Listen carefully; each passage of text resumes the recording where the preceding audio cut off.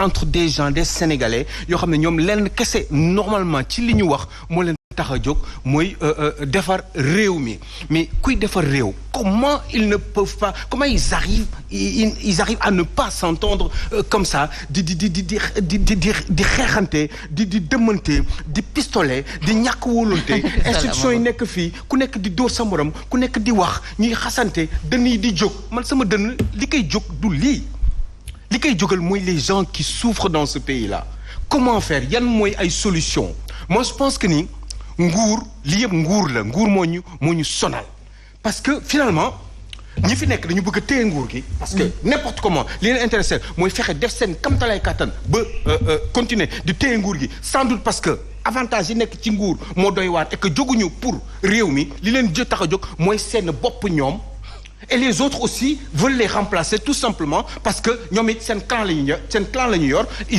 n'importe comment ils n'ont qu'à faire le maximum par n'importe quel moyen pour ñëw ci nguur gi bu ñu ñëwee aussi ils feront exactement la même chose. mais Aliou su fekkoon loolu kon ñu dem ci nguur gi directement. non parce que bu fekkoon loolu ñu dem ci directement ci nguur gi. man j'ai la possibilité d'aller donc militer à la terre. non nguur la moo ñu intéressé. je termine. ah donc allez-y. allez-y.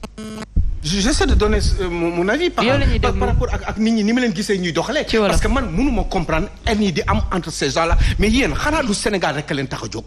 yéen xanaa du da ngeen bëgg liggéey réew mi rek yéen xanaa da ngeen war a dajale seen compétence yéen ñëpp ci benn ci idéal commun muy fexe def seen kamtalaay kàttan ba réew mi ndóol jeex fi les gens qui sont fatigués ñu dootuñu sonati ñi xiif dañuy lekk ba suur dëkk bi am ndox ba ñuy naan ba màndi di lekk non Aliou pourquoi ci ban sens la ñuy waxee waxu haine moom moo am est-ce que tey jii kii di président de la République wala ñi nekk au pouvoir est-ce qu'il n'avait pas amuñu woon attitude wala amuñu woon pouvoir ou arrêter tout cela juste parce que tout est suspendu aujourd'hui ci kii di président de la République parce qu'on ne sait pas ndax dafa bëgg def troisième mandat ou pas je pense que li fi am yëpp ça découle de loolu noonu. Vous croyez que troisième mandat moo waroon nekk problème mu réew mi 60 ans d'indépendance. mais justement c'est pour ça que les gens se battent. Vous croyez que waruñu woon toll ci benn niveau de maturité du ñu wax sax waxu mandat c'est le peuple qui va déterminer le nombre de mandats que Aïcha war a am wala Serigne Sali war a am. mais Aliou est-ce que c'est pas pour ça que ñuy xeex non damay laajte xam nga aussi ñun waroon nañu dépasser lii. waroon nañu dépasser di imposer suñu bopp juste parce que lépp tourne autour d'un mandat ou de deux mandats ou de trois mandats. donc c'est la cause de tout ça. tout amul leneen lu ñuy xalaat. lu ñu waroon fexe ba def pour que mbir mi day automatique ba nga xam ne nit sax dina am benn mandat wala mu am daggitu mandat tout simplement parce que il n'aura pas bien travaillé moi je pense que ni du affaire mais rendez-vous compte dans ce pays ñun li ñuy xeex du dara lu dul troisième mandat jàmm gën troisième mandat machin troisième mandat ñëpp troisième mandat mais et alors il est où le problème et si vous tous vous réunissiez autour d'un seul idéal comme je le dis tantôt ngeen wax lan ngeen bëgg ci seen réew waxtaan ko waxu dëgg waxu xol bu set waxu xol bu rafet waxu jubbanti waxu générosité waxu dajaloo pour l'intérêt du pays pour les gens qui souffrent qui crèvent la dalle qui sont malades tey boo demee ci hôpitaux yi ils crèvent la dalle ñu bari amuñu paas amuñu lu ñu fajoo boo demee ci dëkk bi ñu bari ñu ngi xiif amuñu lu ñu lekk boo demee ci dëkk bi ñu bari jàngatuñu école boo demee ci dëkk bi ñëpp électeurs ñi ñuy wax les électeurs là ñu war leen domestiquer pour mën leen am d'un côté comme de l'autre ñoo xam nan la ñuy defee par seen plan de manipulation c'est tout le temps la même chose ñooñu mëtuñu sax pour choisir on choisit quelqu'un parce que mooy sama doomu baay la wala sama cousin la mi ngi ci biir mbir mi ci la bokk donc dañ koy voter on ne choisit jamais parce que yow da nga xool ne kii man Serigne Saliou moo ma intéressé parce que Serigne Saliou li muy wax ni dafa baax pour réew mi doo dégg mukk ñu wax loolu kii Serigne Saliou parce que li muy décidé nii bés bu ko defee samay doom ëllëg dinañu tekki wala dinaa am chance sama doom tekki sama doom yi dinañ jàng dinañu faju dinañ am service de santé femmes yi dootu ñu demati ñu leen di yóbbu ci ay saret pour ñu dem di accoucher ay kilomètres yooyu nan la ñuy def pour yokk ko man su ma fi nekkee kii li mu def nan laa war a mën a def ba def mieux parce que li muy def ni lii moo ci baax lii baaxu ci li ci baaxul ëllëg bés bu jotee man ba dinaa fexe ba récupérer nguur gi bés bu ma ko récupérer li mu def lii laa ciy yokk wala lii laa ciy dindi et cetera ñu koy waxtaanee Sénégalais di ubbi seen xel di ci dégg mais lépp tourne autour de troisième mandat mais pourquoi on ne parle pas d'autre chose pourquoi mais pour arriver à parler d'autre chose il faut justement pas que une personne wala des personnes s'accrochent au pouvoir mais il ne doit pas s'accrocher au pouvoir c'est le peuple qui doit décider pour nous approcher donc mënuñu leen may possibilité bi ñuy accrocher au pouvoir parce que li ñu war a def parce que si le peuple pourrait atteindre un certain niveau de maturité cela permettrait de résoudre le problème définitivement waaye lii nii lépp ay nax la d'un côté et nax la de l'autre parce que finalement les mandats changent regardez Macky Sall son dernier gouvernement, le dernier gouvernement de Macky Sall, ils étaient d'Abdoulaye Wade, je pense qu'ils étaient 36 ministres. Les 34 sont aujourd'hui avec Macky Sall. Ces alternances qui ne servent pas à grand chose dans ce pays-là. Combien de fois on s'est alterné depuis 20 ans, 25 ans? Ils ont toujours la haine entre eux. Le pays n'avance pas. Depuis quand l'a avancé?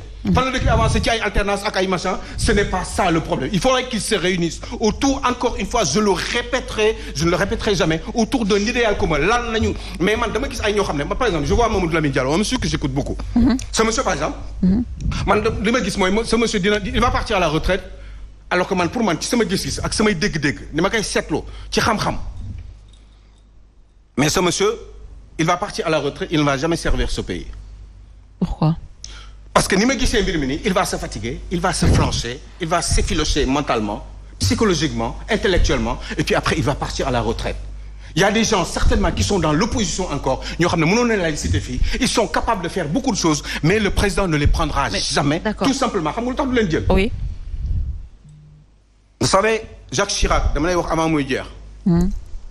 y a un monsieur qui s'appelait, je crois que c'est la deuxième fois que j'en parle, mais ça m'intéresse parce que l'on a un sol torop qui niveau de maturité civique et démocratique. Jacques Chirac était en cohabitation avec Lionel Jospin. Oui. Il était totalement isolé vu le type de régime qu'il y a en France.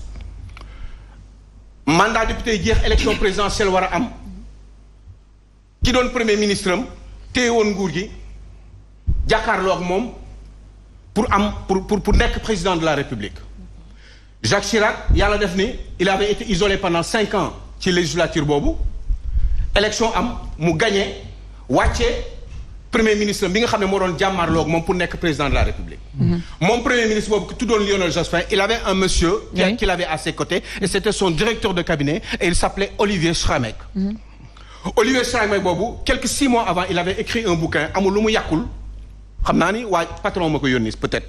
On pourrait s'en douter. D'accord. Bind juste rek parce que c'est hyper important. Mu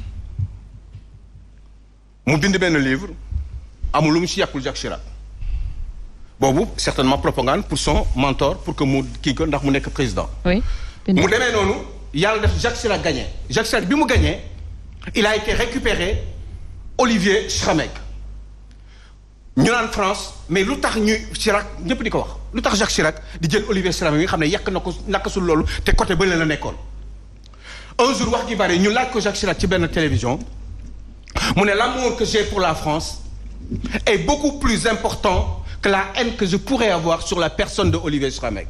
Maanaam man bañ bi ma bañ bëgg bi ma bëgg France moo ëpp importance que bañ bi ma bañ Olivier Schramek. Ñu ne ko lu tax nga wax loolu mu ne kii dafa am ay capacité dafa mën sama yoon nekk si boo ko bañee kii dafa war a servir son pays parce que man dama gëm ni dafa amal njëriñ donc ce pays là pour ses compétences. Donc c'est dans ce sens que la ñu war a dem. Mais ñun lan moo tax yow tey jii nii man su ma bañee Ousmane Sonko man du ma toog ak moom du ma sax tudd turam Macky Sall lu tudd Ousmane Sonko c'est quoi cette haine là? Ousmane Sonko quand il parle de Macky Sall il parle que du mal. Pourquoi vous ne dites pas la vérité entre vous?